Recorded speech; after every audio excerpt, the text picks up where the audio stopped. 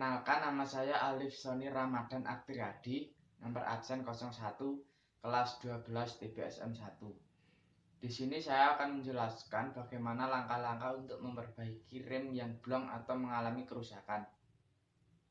Pertama, saya akan menyebutkan apa saja komponen yang terdapat pada rem di sepeda motor.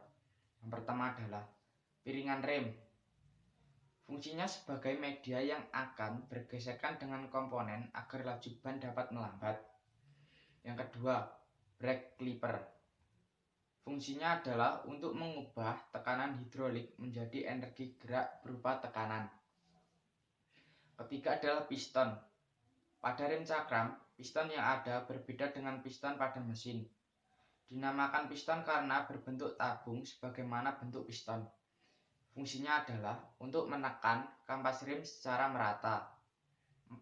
Piston seal. Piston seal merupakan komponen yang berbahan karet dan memiliki kemampuan sealing untuk mencegah terjadinya kebocoran pada minyak rem pada kaliper. Setiap komponen yang berhubungan dengan cairan pasti akan mengandalkan seal untuk mencegah kebocoran. 5. Nipple bleed. Fungsi dari komponen ini adalah untuk membuang kandungan udara yang ada di dalam sistem hidrolik rem. 6. Brake pad. Fungsinya adalah sebagai media gesek. 7. Caliper brake.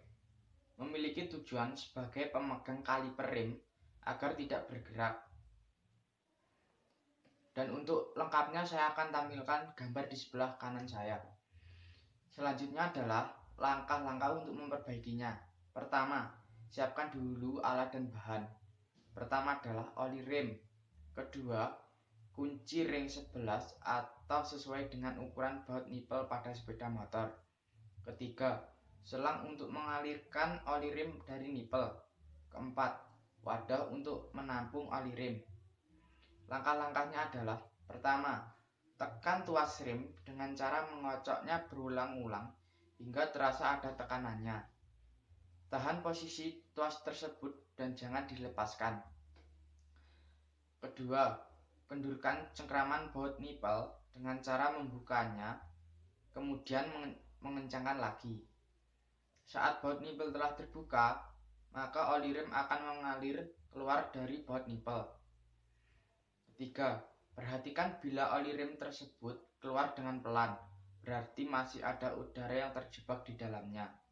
Sedangkan bila oli rem keluar dengan cepat, maka tandanya udara di dalam sistem pengereman sudah hilang.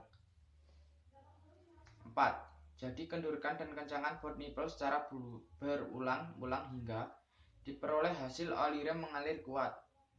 Namun ingat, selama proses ini Anda harus mengisi oli rem ke tabung reservoir master rem sehingga volume oli di tabung tidak akan habis. Apabila cadangan